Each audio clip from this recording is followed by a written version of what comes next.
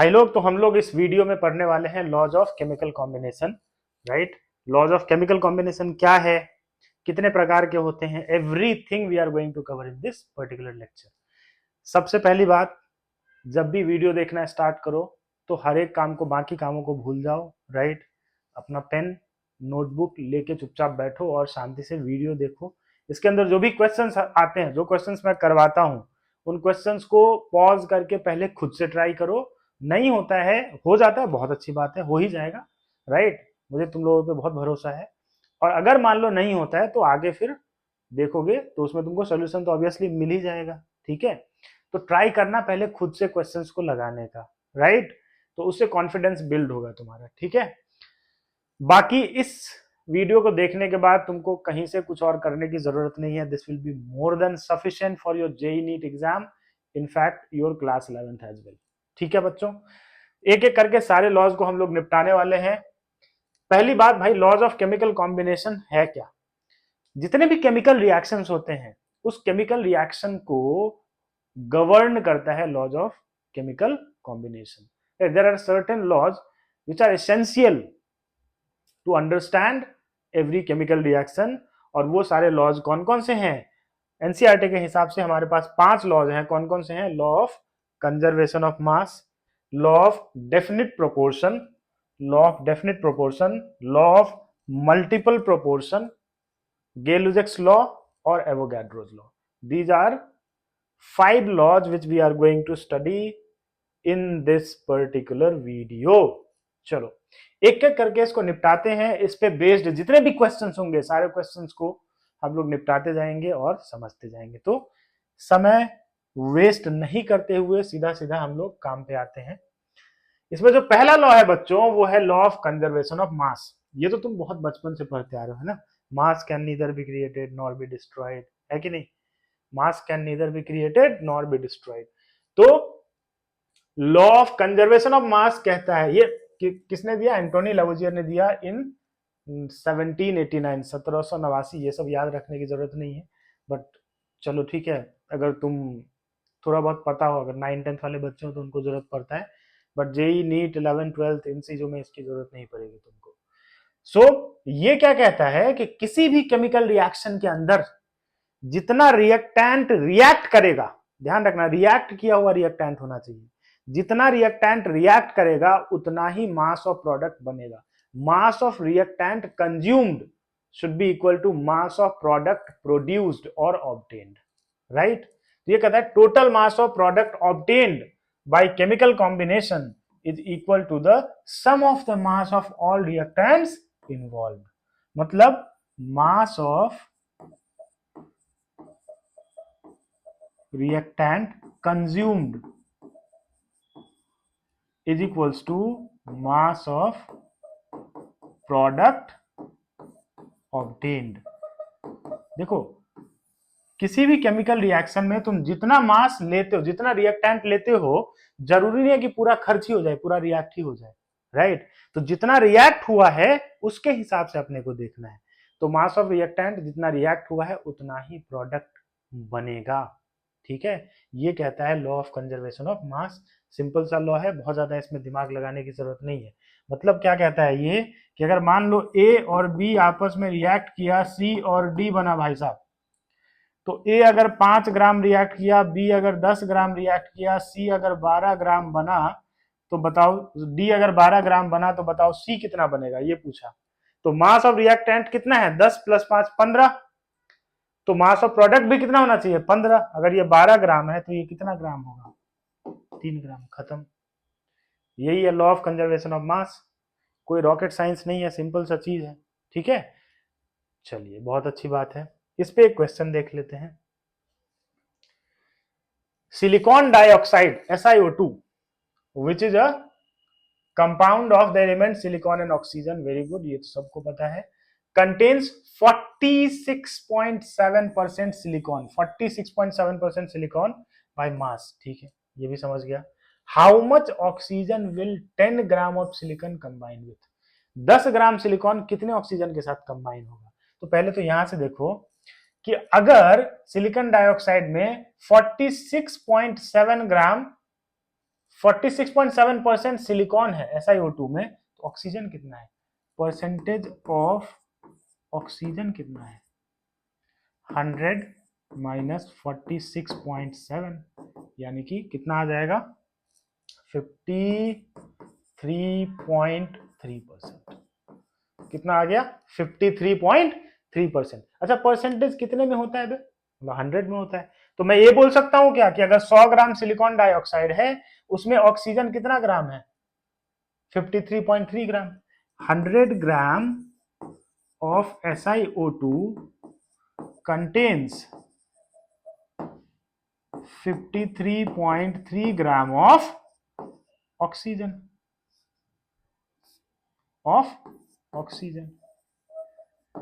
Right. तो 10 ग्राम में कितना होगा? 10 ग्राम में कितना होगा? डिवाइडेड बाय 10, तो 53.3 डिवाइडेड बाय 10 यानी 5.33 ग्राम हो गया। ये आंसर। 100 ग्राम में 53.3 ग्राम है, तो 10 ग्राम में कितना होगा?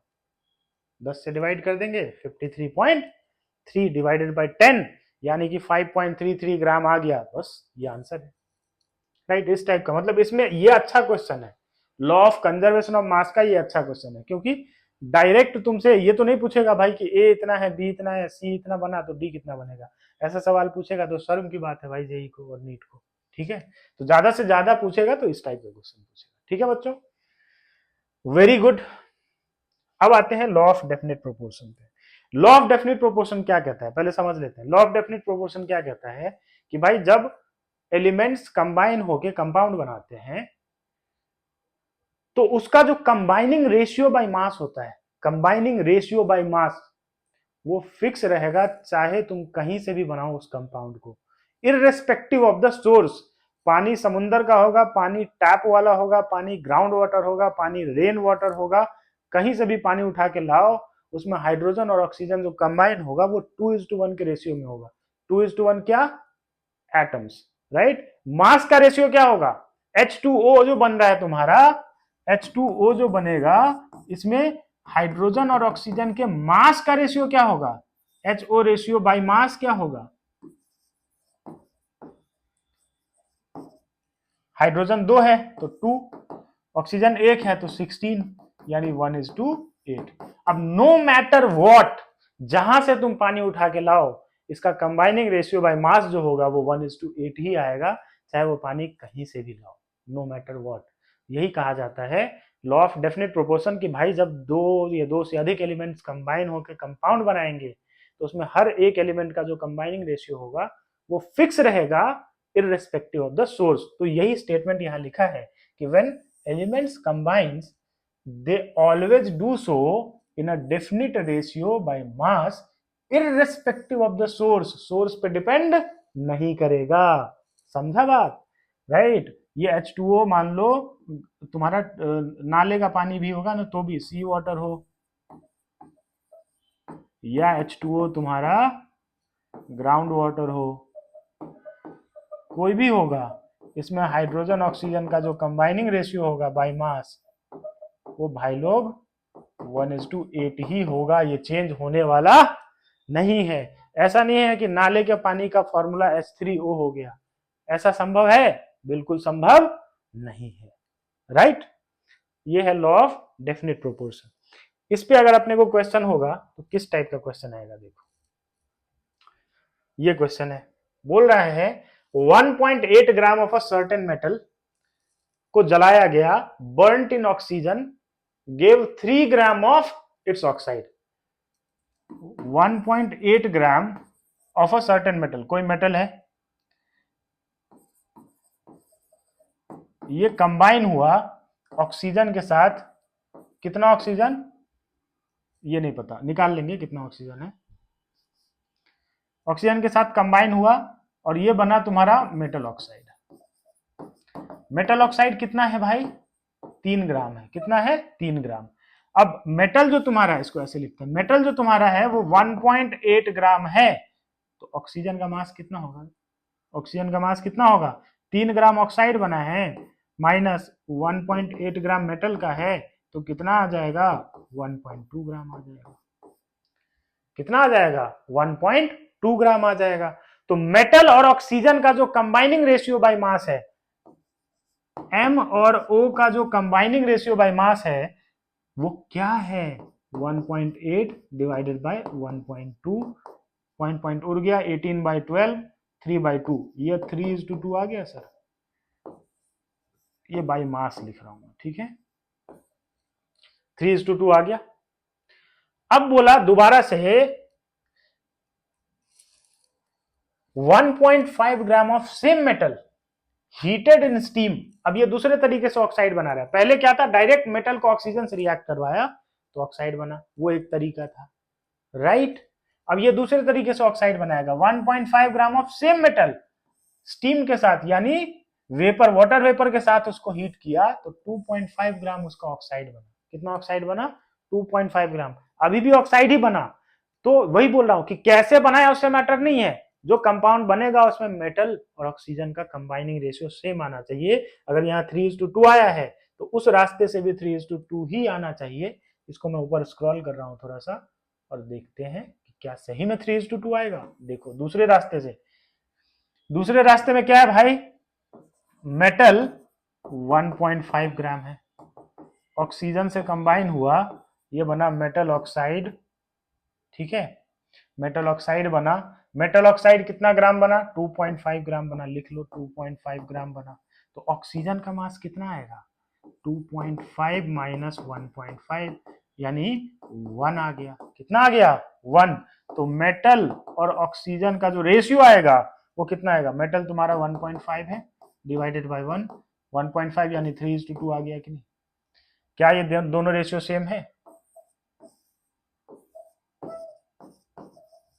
इसका मतलब है कि यहां law of definite proportion follow हो रहा है। So that these results illustrate law of definite proportion. So हो गया, law of definite proportion follow हो रहा है। ओके, गालों पे बनता है dimple and this is very simple. मेरे गाल पे नहीं बनता भाई, इधर मत देखो। चलो अगला देखो, law of multiple proportion. Dalton साहब ने दिया था 1804 ईस्वी में। उस टाइम पे हम लोग हो सकते हैं सांप कीड़ा के जन्म में रहे होंगे, राइट। अभी तो इंसान का मानव जन्म है, तो मानव जन्म का लुफ्त उठाते हैं, लुत्फ होता है, लुफ्त होता है, पता नहीं जो भी होता है, बट चलो उठाते हैं, लुफ्त उठाते हैं, ठीक।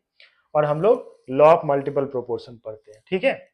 लॉ ऑफ मल्टीपल प्रोपोर्शन क्या कहता है कि जब दो एलिमेंट्स कंबाइन होते हैं और कंबाइन होके दो से अधिक कंपाउंड बनाते हैं, दो या दो से अधिक कंपाउंड बनाते हैं, तो अगर मैं एक के मास को फिक्स कर दूं, किसी एक के मास को फिक्स कर दूं, तो दूसरे का मास का जो रेशियो होगा वो एक स्मॉल होल नंबर रेशियो होगा। ये क्या बोल दिया सर आपने, फिर से बोलो। मैं ये कह रहा हूं कि जब दो डिफरेंट एलिमेंट्स आपस में कंबाइन होके दो या दो से अधिक कंपाउंड बनाते हैं, जैसे कार्बन ऑक्सीजन से कंबाइन होकर कार्बन मोनोऑक्साइड और कार्बन डाइऑक्साइड बनाया, तो इसमें अगर मैं किसी एक के मास को फिक्स कर दूं तो दूसरे के मास का जो रेशियो होगा वो सिंपल होल नंबर रेशियो होगा, 1:2, 2:3, 4:5, 1:2, 2:3, 4:5, 6:7, इस टाइप से, समझ रहे हो। सिंपल एक होल नंबर का रेशियो आएगा, 4:5, 2:3, 3:2, इस टाइप का रेशियो आएगा, सिंपल, ठीक है।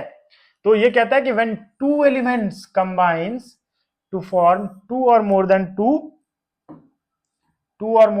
compounds, then the mass of one element combining with the fixed mass of other elements exist in ratio of a small whole number। मतलब इसका ये है कि भाई साहब जब कार्बन ऑक्सीजन कंबाइन होता है तो ये बनाता है CO2, और जब कार्बन ऑक्सीजन कंबाइन होता है तो ये बनाता है CO।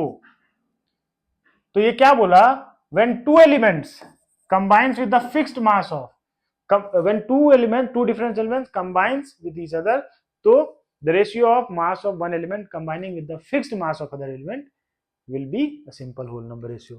तो ये बोला कि अगर मैं किसी एक के मास को फिक्स कर दूं तो दूसरे का जो रेशियो होगा वो एक होल नंबर रेशियो आएगा। तो जरा देखना, यहाँ कार्बन और ऑक्सीजन को अगर मैं देखूं तो यहाँ कार्बन कितना ग्राम है, 12 ग्राम, एक कार्बन मतलब 12 ग्राम।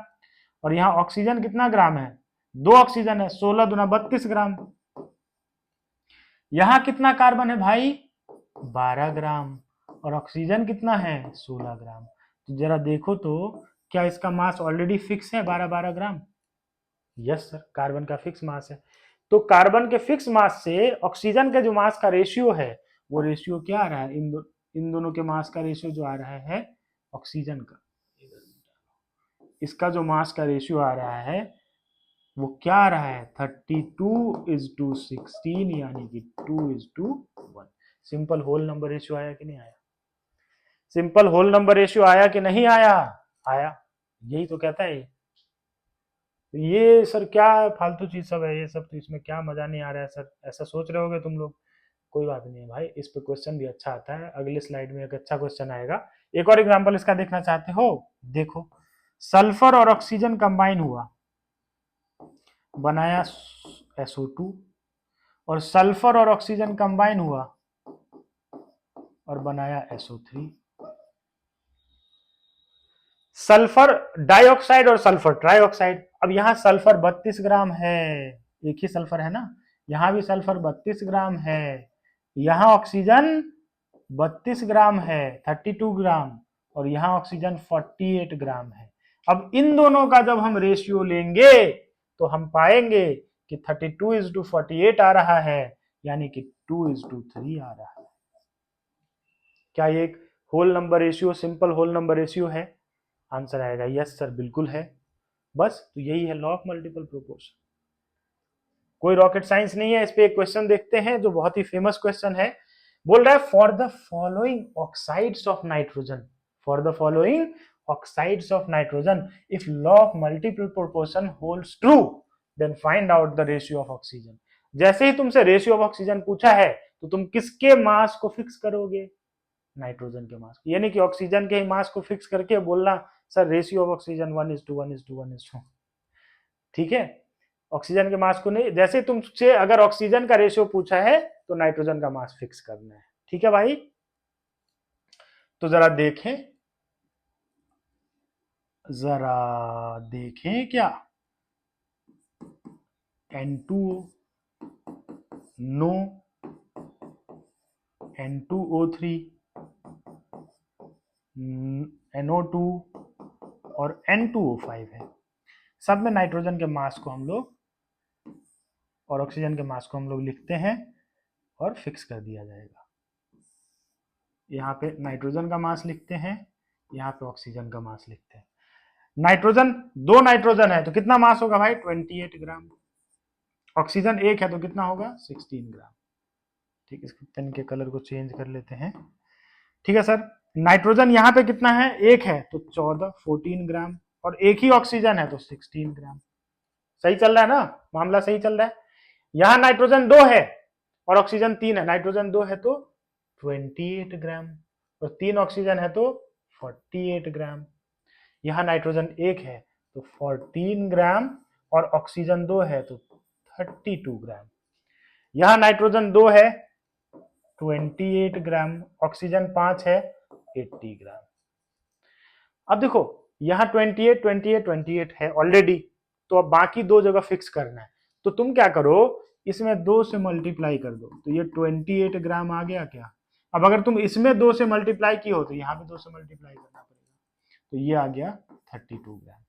इसमें 2 से मल्टीप्लाई कर दो, 28 ग्राम आ गया क्या, इसमें भी 2 से मल्टीप्लाई कर दो, 64 ग्राम आ गया। क्यों ऐसा कर रहे हैं, क्योंकि मुझे नाइट्रोजन का मास फिक्स करना था ताकि सबका मास सेम रहे, तभी तो रेशियो ले पाएंगे।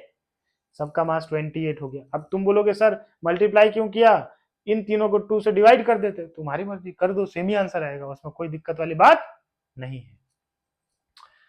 ठीक है, अब इन सब का मास जब सेम हो गया तो इसका रेशियो क्या आ रहा है, 16, 32, 48, 64, 80। सर ये तो 16 का मल्टीपल है, अगर मैं सब में 16 से डिवाइड करूं तो ये तो 1:2, 2:3, 4:5 आ गया। वाह 1:2, 2:3:4:5 आ गया। Oh my God, this is very nice answer. Yes, this is very nice answer. है कि नहीं? है।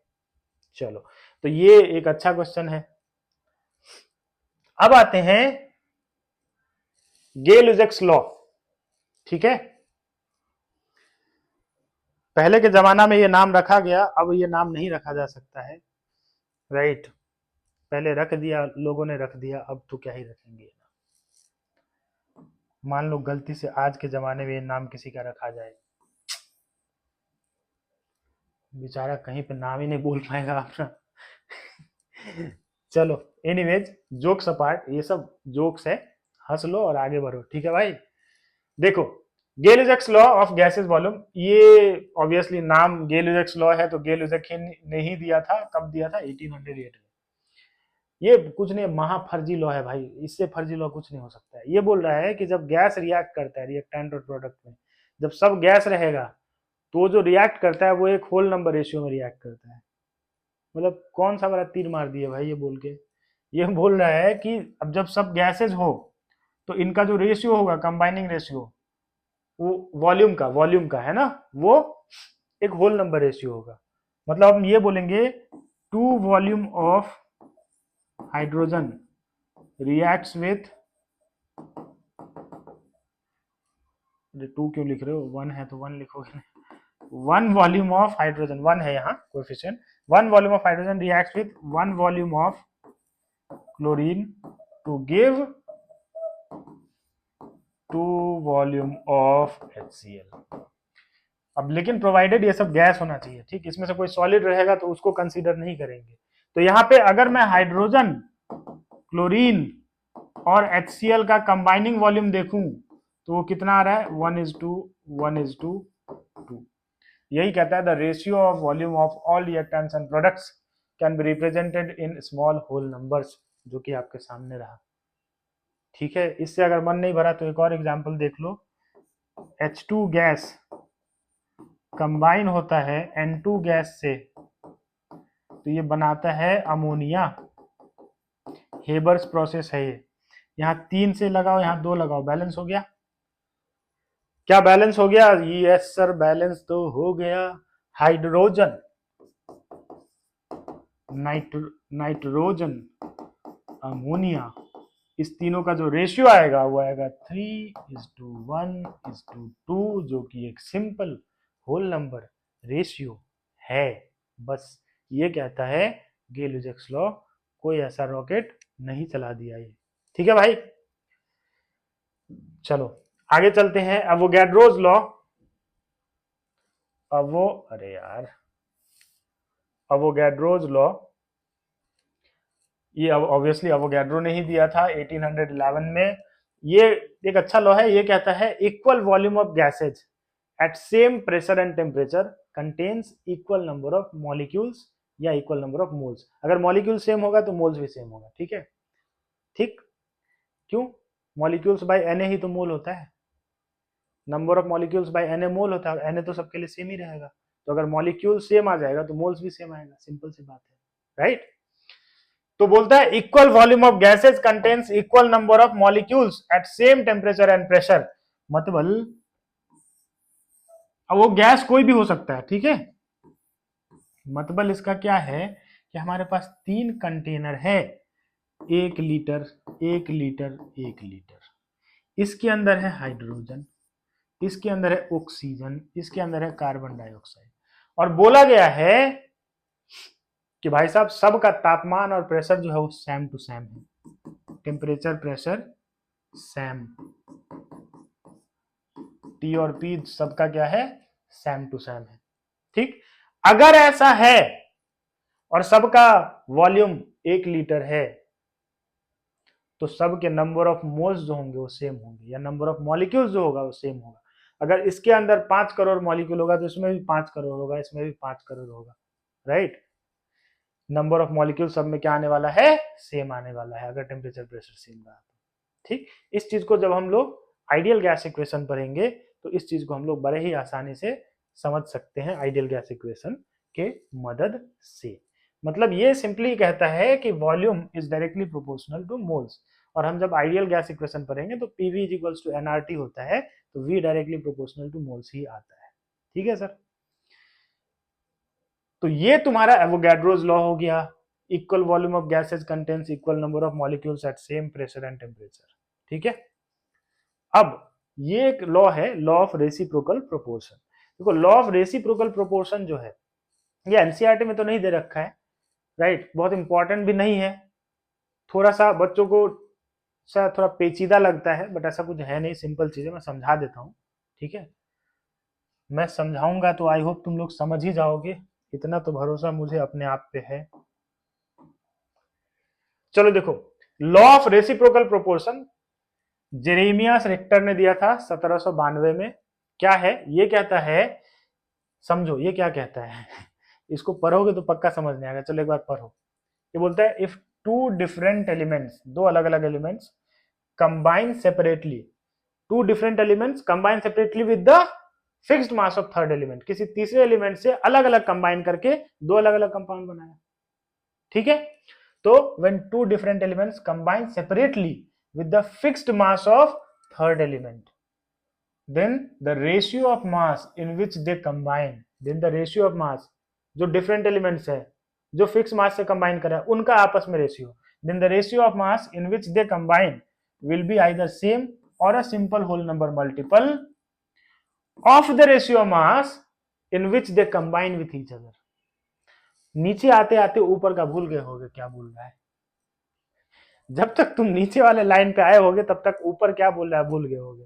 ठीक, तो स्टेटमेंट को अभी हम लोग साइड में रखते हैं, हम लोग सीधा सीधा इसको एग्जाम्पल के थ्रू समझते हैं। देखो ये कहता है कि जब कार्बन ऑक्सीजन से रिएक्ट किया तो CO2 बनाया, राइट, जब सल्फर ऑक्सीजन से रिएक्ट किया तो SO2 बनाया। तो बोला when two elements, when two different elements, अब समझो समझ आएगा, when two different elements combine separately with the fixed mass of third element, क्या यहां पे मास ऑक्सीजन का फिक्स है? क्या ऑक्सीजन का मास फिक्स है? इधर भी 32 ग्राम, इधर भी 32 ग्राम। तो when two different elements combine separately with the fixed mass of third element, the ratio of mass in which they combine, the ratio of mass in which they combine, भाई carbon और sulphur का क्या ratio आ रहा है? 12:32, यानी कि 3:8। 12:32, इसको 4 से डिवाइड करो तो 3:8 आ रहा है। 12:32 क्यों? कार्बन का मास 12 है, सल्फर का 32 है। ठीक, तो then the ratio of mass in which they combine will be either same or whole number multiple of the ratio of mass when they themselves combine. जब ये कार्बन सल्फर आपस में रिएक्ट करेगा तो जो रेशियो होगा वो रेशियो और ये रेशियो या तो ये सेम होगा या एक दूसरे का मल्टीपल होगा। तो जब ये आपस में कंबाइन करेगा तो when they combine with itself,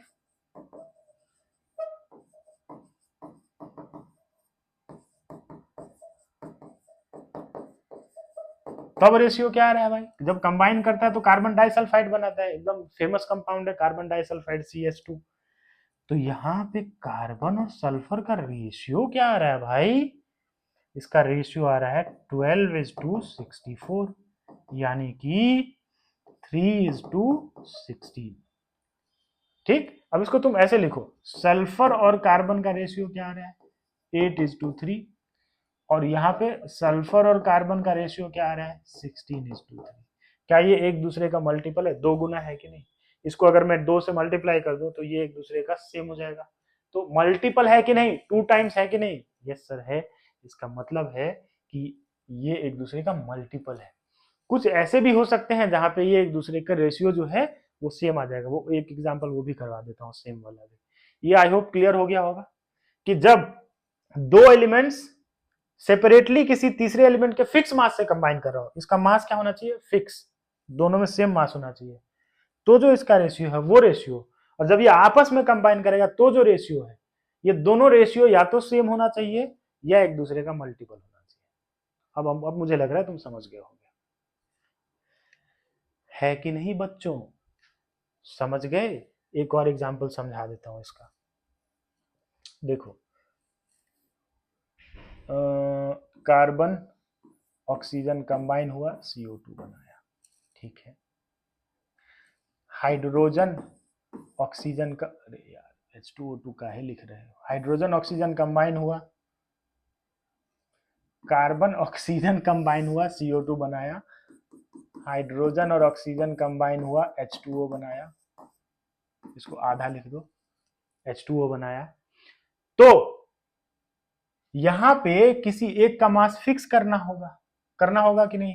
यहां पे कार्बन तुम्हारा कितना ग्राम है, 12 ग्राम, ऑक्सीजन कितना है 32 ग्राम, यहाँ हाइड्रोजन कितना है 2 ग्राम, ऑक्सीजन कितना है 16 ग्राम। मुझे ऑक्सीजन को फिक्स करना है क्योंकि इसका तीसरा एलिमेंट का मास क्या होना चाहिए, फिक्स होना चाहिए। तो इसको अगर मैं 2 से मल्टीप्लाई कर दूं 32 ग्राम, तो इसको भी 2 से मल्टीप्लाई करना पड़ेगा, ये कितना आ गया 4 ग्राम। तो क्या अब ये दोनों फिक्स हो गया, ऑक्सीजन का मास फिक्स हो गया। तो कार्बन हाइड्रोजन का रेशियो क्या आया, कार्बन हाइड्रोजन का रेशियो है 12:4। यहाँ कार्बन 12 ग्राम है, यहाँ कार्बन 4 ग्राम है, क्या 3:1 आया। अब कार्बन हाइड्रोजन जब आपस में कंबाइन होता है तो क्या बनाता है भाई, सर ये तो मीथेन बनाता है। और मीथेन में इसका खुद का जो रेशियो है कार्बन और हाइड्रोजन का, वो क्या आता है भाई, कार्बन का मास है 12, हाइड्रोजन का मास कितना है 4 हाइड्रोजन है 4, तो कितना आ गया 3:1। क्या ये रेशियो सेम आया, क्या ये रेशियो सेम आया, यस सर आया। तो हमने दोनों एग्जाम्पल देख लिया, एक एग्जाम्पल देखा जिसमें मल्टीपल था और एक एग्जाम्पल देखा जिसमें दोनों रेशियो आपस में सेम था।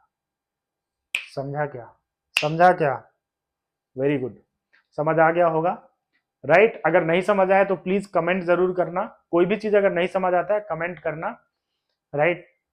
मैं कोशिश करूंगा वहां पे कुछ आंसर्स दे दूं, ठीक है। जो भी तुमको ऑनेस्ट फीडबैक तुम आसानी से दे सकते हो, कमेंट कर सकते हो। मैं बच्चों को अभी नोटिस कर रहा हूँ, कोई कमेंट ही नहीं करता। तो please I request all of you to please give your positive feedback. I will be uploading video every day, मैं डेली अपलोड करूंगा वीडियो, राइट। अभी मुझे मतलब मेरा तबीयत खराब है, थोड़ा फीवर है, बट स्टिल मैं उसी एनर्जी के साथ काम कर रहा हूँ और करता रहूंगा, मजा आता है मेरे को, ठीक है। मतलब this is the time which I enjoy the most, making a video for all of you guys is very enjoyable time, right. मजा भी आता है मेरे को, पढ़ाना मेरा पैशन है, मजा आता है तो पढ़ा रहा हूँ, ठीक है। तो तुम लोग क्या करोगे, तुम लोगों को कोई भी चीज अगर दिक्कत हो, कोई समझ में नहीं आ रहा हो तो प्लीज कमेंट करना। और बाकी अपने दोस्तों को जरूर बताओ कि ये एक जगह है IITian मास्टर, वहां पे एक IITian मास्टर है, अच्छा पढ़ाता है। अगर तुमको अच्छा लग रहा हो तो जरूर उसको रिकमेंड करो, वीडियो शेयर करो, चैनल सब्सक्राइब करना नहीं भूलें प्लीज, ठीक है। Thank you everyone, thank you so much. मिलेंगे अगले वीडियो में हम लोग।